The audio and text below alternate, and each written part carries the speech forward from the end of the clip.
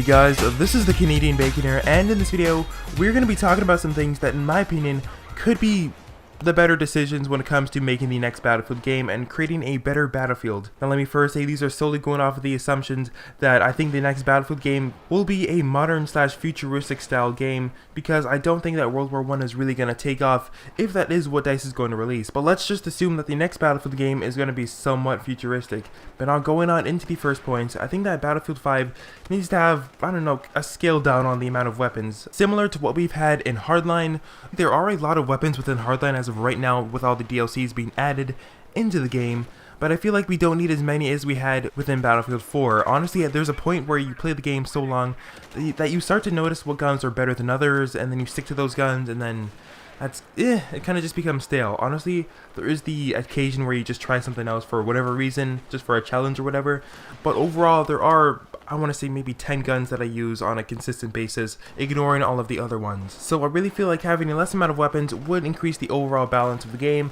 and hopefully make it a lot more fun to play. Moving on to the next topic, increasing the amount of destructible environments within Battlefield 5.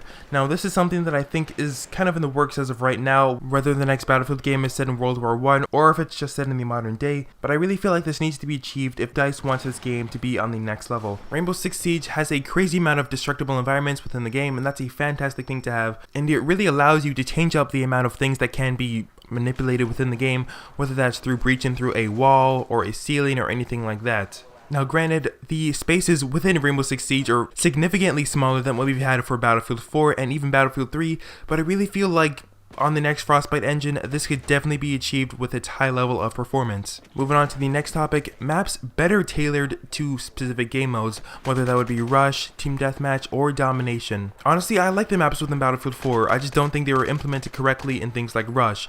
I think the majority of the maps were actually tailored to Conquest, and then Rush was kind of just slapped on, and they made subtle adjustments which did help a lot, but overall they were kind of just put there just to be there. Now honestly, there are a couple of maps within Battlefield 4, like Rogue Transmission, where it's basically impossible for the attackers to push up sometimes when they are facing the defenders to get those two MCOMs. It's just ridiculous sometimes, and there's really no solution for that because the maps are not tailored to these rush game modes like I talked about earlier. Now I do have to give it to DICE. They have made a lot of improvements when it comes to somewhat tailoring the maps to, go ahead with these other game modes, but I feel like they need to push a little bit harder to really make them stand out in the next Battlefield game.